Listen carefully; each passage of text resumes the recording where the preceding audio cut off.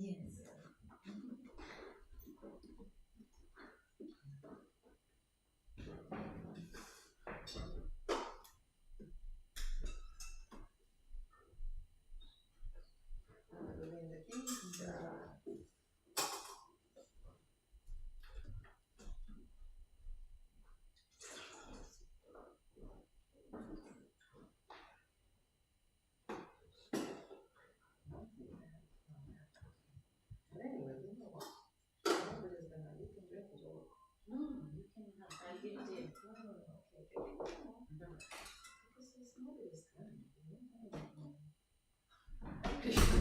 We're stealing all Charitamrita.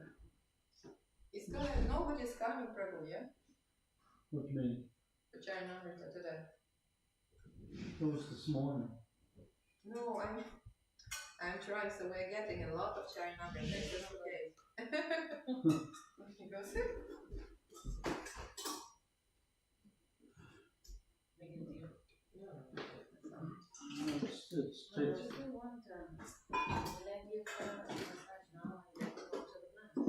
It's Chaitanya Charitamrita reading that. Oh. Every night.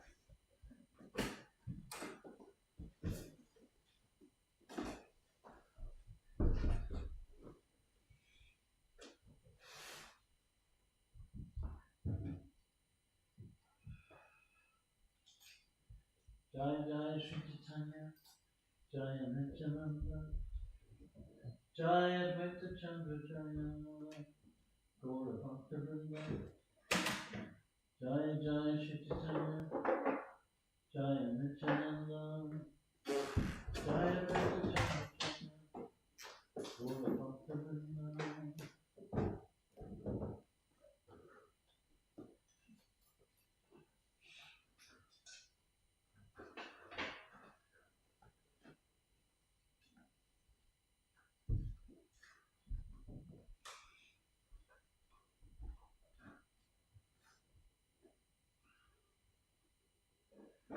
Chandrasekhara then made Sanatana Swami look like a gentleman.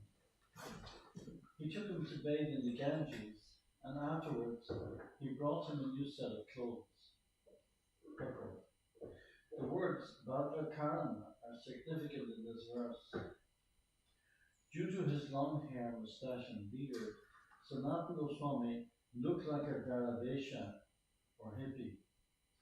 Since Sri Chaitanya Mahaprabhu did not like Sanatana Swami's hippie features, he immediately asked Chandrasekhara to get him clean shaved. If anyone with long hair or a beard wants to join this Krishna consciousness movement and live with us, he must similarly shave himself clean. The followers of Sri Chaitanya Mahaprabhu consider long hair objectionable.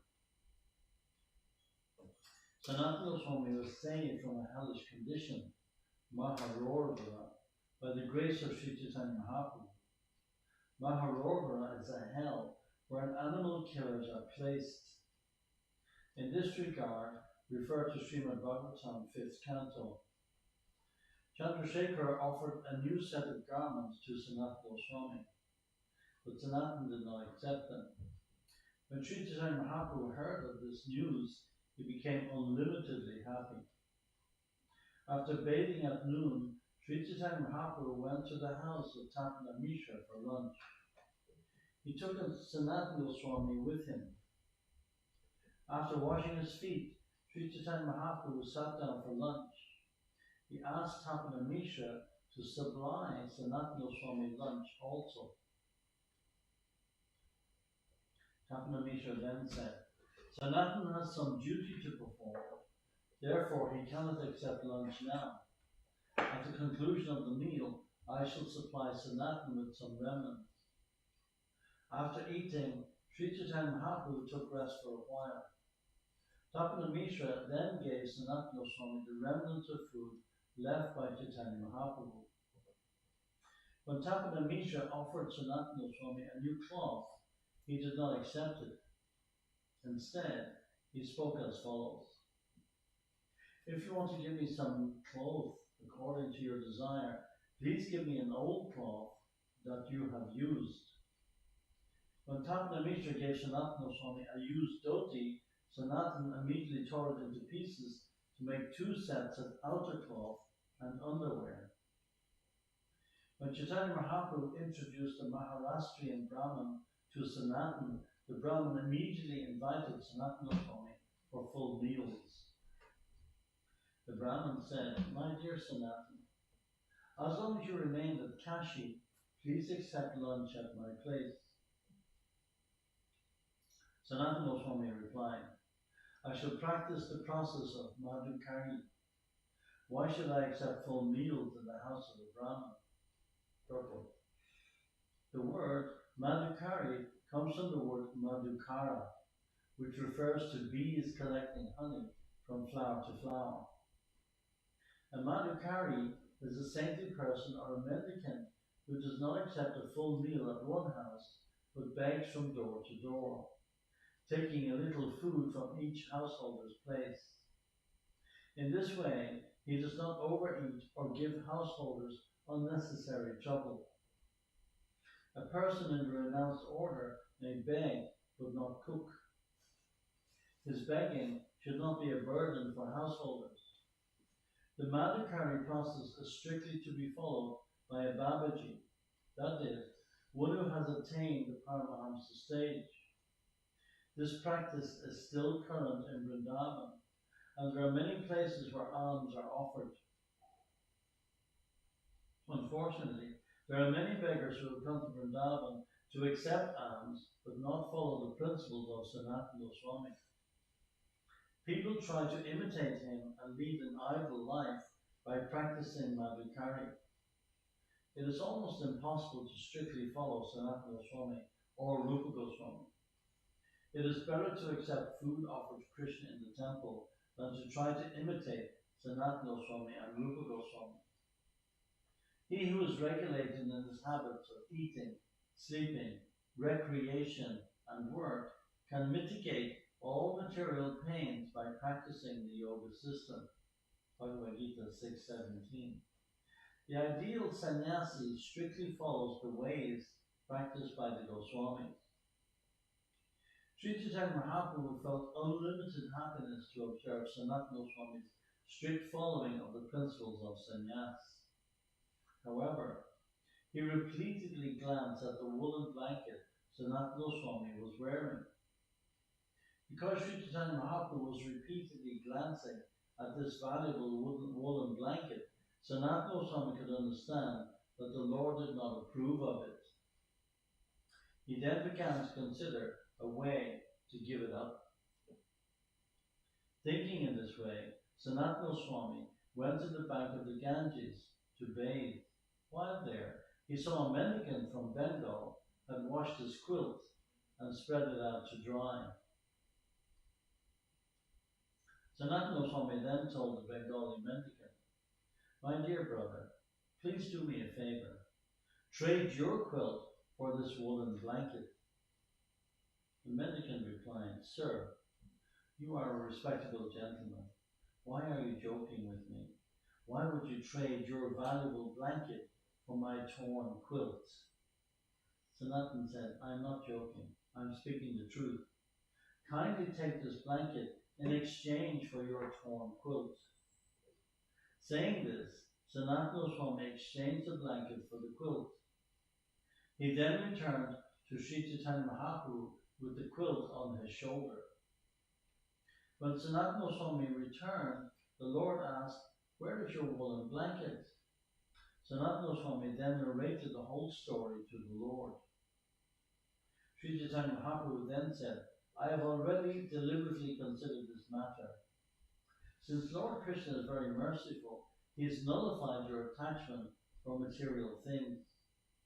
Why should Krishna allow you to maintain the last bit of material attachment? After vanquishing a disease, a good physician does not allow any of the disease to remain. It is contradictory to practice madhukari and at the same time wear a valuable blanket. One loses the spiritual strength by doing this, and one will also become an object of jokes. Sanatana Goswami replied, the Supreme Personality of Godhead has saved me from sinful life of material existence. By his desire, my last piece of material attraction is now gone. Being pleased with Sanatana Goswami, Sri Chaitanya Mahaprabhu bestowed his causeless mercy upon him. By the Lord's mercy, Sanatana Goswami received the spiritual strength to inquire from him. Formerly, Sri Chaitanya Mahaprabhu had asked Ramananda Roy spiritual questions, and by the Lord's causeless mercy, Ramananda Roy could properly reply. Now, by the Lord's mercy, Sanatana Goswami questioned the Lord, and Sri Chaitanya Mahaprabhu personally supplied the truth. Sri Chaitanya Mahaprabhu, the Supreme Personality of Godhead, personally told Sanatana Goswami about Lord Krishna's real identity. He told him about the Lord's conjugal love, his personal opulence, and the mellows of devotional service. All these truths were explained to Sanatana Goswami by the Lord himself out of his causeless mercy. Putting a straw in his mouth and bowing down, Sanatana Goswami clasped the lotus feet of Sri Chaitanya Mahaprabhu and humbly spoke as follows. Sanatana Goswami said, I was born in a low family, and my associates are all low-class men. I myself am fallen and am the lowest of men. Indeed, I passed my whole life fallen in the well of sinful materialism. Purport. Actually, Sri Sanatana Goswami belonged to a Brahmin family because he belonged to the Sarasvat division of the Brahmins and was well cultured and well educated. Somehow or other, he accepted a ministership in the Muslim government. Therefore, he had to associate with meat-eaters, drunkards, and gross materialists. Sanatana Goswami considered himself fallen. From the association of such men, he also fell victim to material enjoyment. Having passed his life in that way, he considered that he had wasted his valuable time. This statement about how one can become fallen in this material world is made by the greatest authority in the Gaudiya Vaishnava Sampradaya.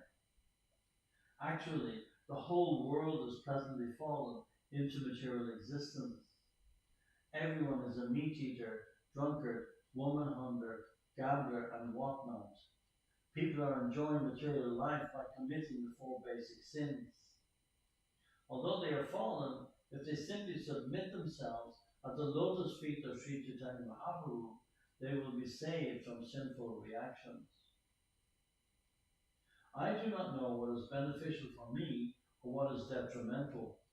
Nonetheless, in ordinary dealings, people consider me a learned scholar, and I am also thinking of myself as such. Out of your causeless mercy, you have delivered me from the materialistic path. Now, by the same causeless mercy, please tell me what my duty is. Who am I? Why do the threefold miseries always give me trouble? If I do not know this, how can I be benefited? Purport.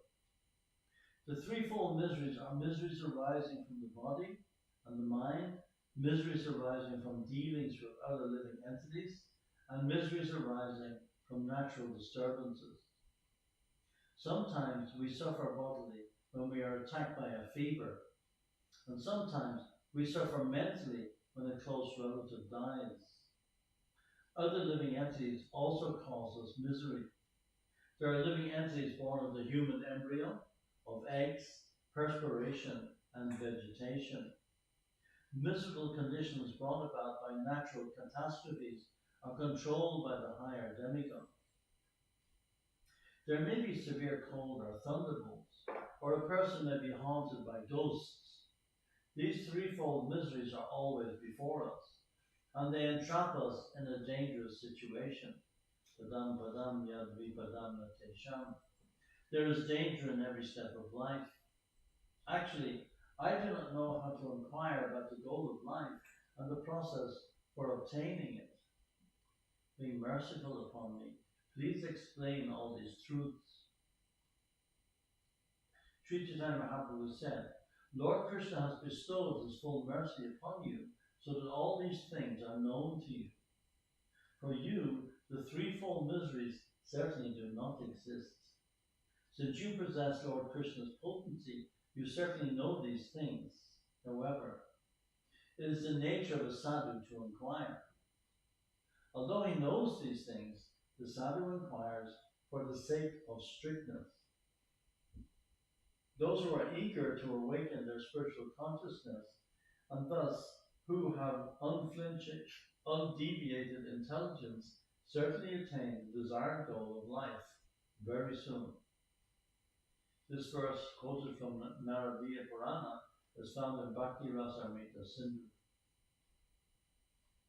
You are fit to propagate the cult of devotional service. Therefore, gradually hear all the truths about it from me. I shall tell you about them. It is the living entity's constitutional position to be an eternal servant of Krishna, because he is the marginal potency of Krishna and a manifestation simultaneously one with and different from the Lord, like a molecular particle of sunshine or fire. Krishna has three varieties of energy. Purport. Srila Bhaktivinoda Thakur explains these verses as follows. See, Sanatana Goswami asked Sri Chaitanya Mahaprabhu, who am I? In answer, the Lord replied, you are a pure living entity. You are neither the gross material body nor the subtle body composed of mind, intelligence, and ego. Actually, you are a spirit soul, eternally part and parcel of the Supreme Soul, Krishna. Therefore, you are his eternal servant. You belong to Krishna's marginal potency. There are two worlds, the spiritual world and the material world. And you are situated between the material and spiritual potencies. You have a relationship with both the material and the spiritual world. Therefore, you are called the marginal potency. You are related with Krishna as one and simultaneously different, because you are spirit soul. You are one in quality with the Supreme Personality of Godhead. But because you are a very minute particle of spirit soul, you are different from the Supreme Soul.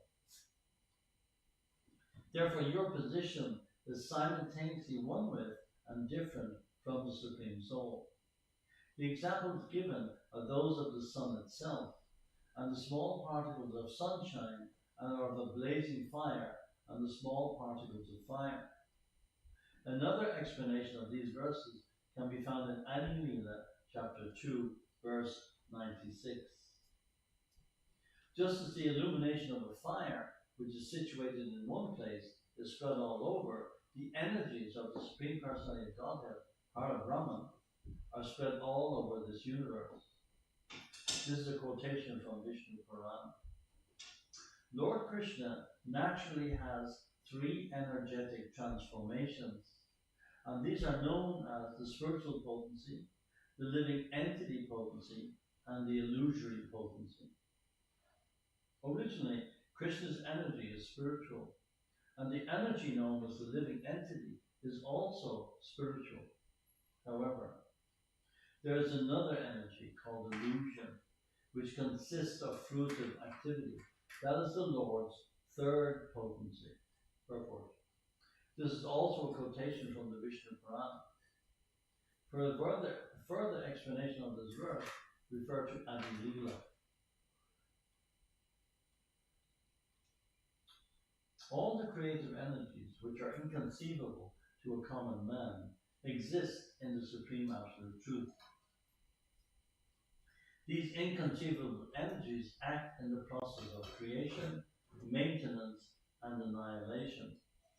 O chief of the ascetics, just as there are two energies possessed by fire, namely heat and light, these inconceivable creative energies are the natural characteristics of the Absolute Truth. This is also a quotation from the Vishnu Purana. O king, the Kshetra Gyan Shakti is the living entity.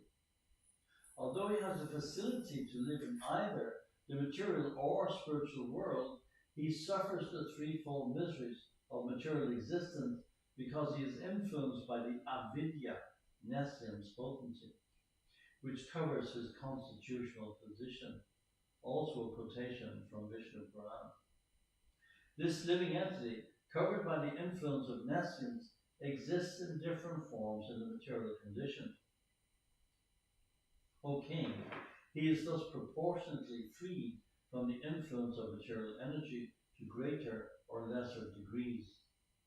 Besides these inferior energies, Almighty Armed Arjuna, there is another superior energy of mind which comprises the living entities who are exploiting the resources of this material inferior nature.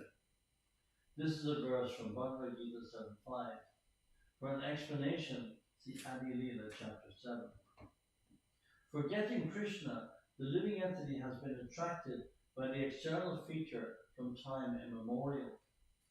Therefore, the illusory energy of Maya gives him all kinds of misery in this material existence. Purport. When the living entity forgets his constitutional position as an eternal servant of Krishna, he is immediately entrapped by the illusory external energy. The living entity is originally part and parcel of Krishna and is therefore the superior energy of Krishna. He is endowed with inconceivable, minute energy that works inconceivably within the body. However, the living entity, forgetting his position, is situated in material energy. The living entity is called the marginal energy because by nature he is spiritual, but by forgetfulness he is situated in the material energy. Thus, he has the power to leave either in the material energy or in the spiritual energy, and for this reason he is called marginal energy. Being in a marginal position, he is sometimes attracted by the external illusory energy, and this is the beginning of his material life. When he enters the material energy, he is subjected to the threefold time measurement: past, present, and future. Past, present, and future belong only to the material world. They do not exist in the spiritual world. The living entity is eternal, and he existed before the creation of this material world. Unfortunately, he has forgotten his relationship with Krishna. The living entity's forgetfulness is described herein as anadi, which indicates that it has existed since time immemorial. One should understand that due to his desire to enjoy himself in competition with Krishna, the living entity comes into material existence. In the material condition, the living entity is sometimes raised to higher planetary systems and material prosperity, and sometimes drowned in a hellish situation. His state is exactly like that of a criminal whom a king punishes by submerging him in water and then raising him again from the water. Purport. In Brihad Aranyaka Upanishad, it is stated, Asango Yaham Purusha, the living entity is always free from the contamination of the material world. One who is not materially infected and who does not forget Krishna as his master is called Nitya Mukta. In other words, one who is eternally liberated from material contamination is called Nitya Mukta. From time immemorial, the Nitya Mukta living entity has always been a devotee of Krishna, and his only attempt has been to serve Krishna.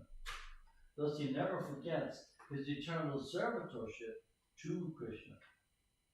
Any living entity who forgets his eternal relationship with Krishna is under the sway of the material condition. Bereft of the Lord's transcendental loving service, he is subjected to the reactions of fruitive activity. When he is elevated to the higher planetary systems due to worldly pious activities, he considers himself well situated. But when he is subjected to punishment, he thinks himself improperly situated. Thus, material nature awards and punishes the living entity. When the living entity is materially opulent, material nature is rewarding him. When he is materially embarrassed, material nature is punishing him. When the living entity is attracted by the material energy, which is separate from Krishna, he is overpowered by fear. Because he is separated from the Supreme Personality of Godhead by the material energy, his conception of life is reversed. In other words, instead of being the eternal servant of Krishna, he becomes Krishna's competitor. This is called viparyayo smriti. To nullify this mistake, one who is actually learned and advanced worships the Supreme Personality of Godhead as his spiritual master, worshipable deity and source of life. He thus worships the Lord by the process of unalloyed devotional service. Purport. This is a quotation from Srimad Bhagavatam 11th Canto. It is an instruction given by Kali Rishi, one of the 9 saintly personalities called the 9 Yogendras. When Vasudeva, Krishna's father, asked Devarshi Narad in Dwarka about devotional service, it was mentioned that previously King Nimi, who was the king of Videha, was instructed by the 9 Yogendras.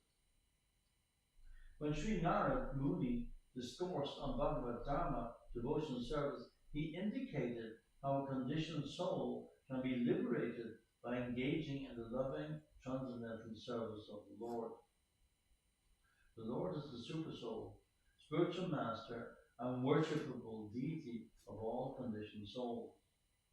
Not only is Krishna the supreme worshipable deity for all living entities, but he is also the Guru or Chaitanya Guru, the super soul, who always gives the living entity good counsel.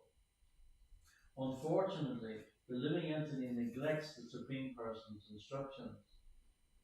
He thus identifies with the material energy and is consequently overpowered by a kind of fear resulting from accepting himself as the material body and considering paraphernalia related to the material body to be his property. All types of fruitive activities and fruitive results actually come from the spirit soul. But because he has forgotten his real duty, he is embarrassed by many material consequences such as fear and attachment.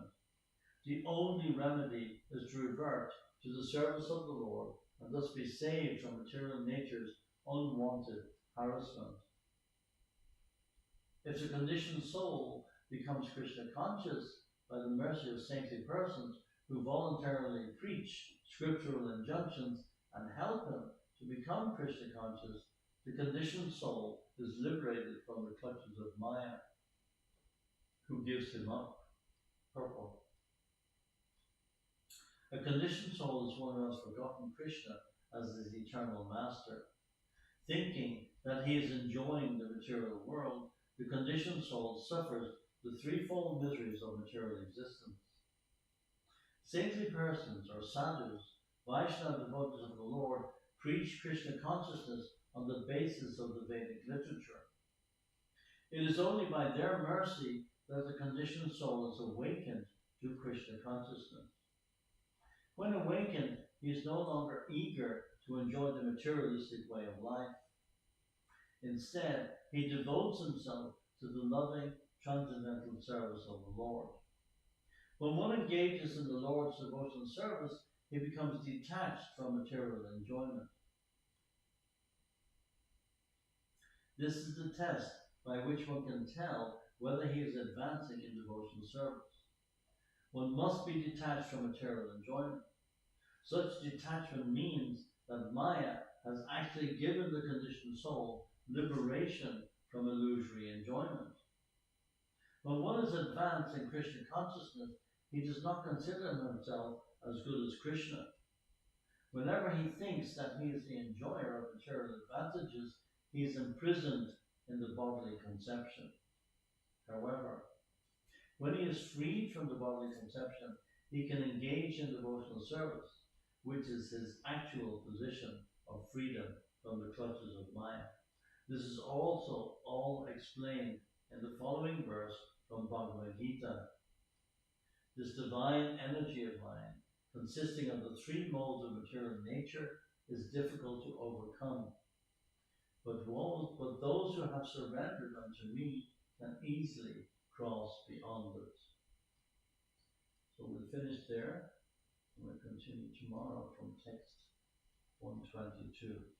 Sri Chaitanya Charitamrita ki, Sri Prabhupada ki, Sri Chaitanya Mahaprabhu ki.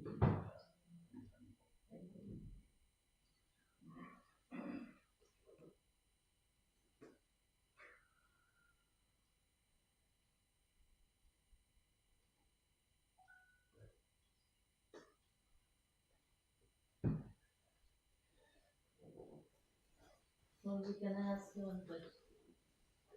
Sorry? I just have one side. Oh yeah? We read that we are part and parcel of the Supreme Lord. Then how and why then we are considered as a servant of Sri Krishna? Why that kind of relationship should we keep? The way we say we are servant of the servant. Yes. How could I always consider him as, that I'm the servant when it is written that we are part and parcel of Lord Krishna? Yeah, but we're part of him. We're not him. I don't know if you really understand your question. When we are part of him, okay, then why are we supposed, it is said that we have to always be in the serving mode with Krishna. Why it is said that we are servants of Krishna? Why not? If we are part and parcel of his services, then why is it only a relationship of a servant? Why not a friendship? That kind of a asking. Arjuna wasn't his friend? Yes, he was. What about Sudama? Yeah.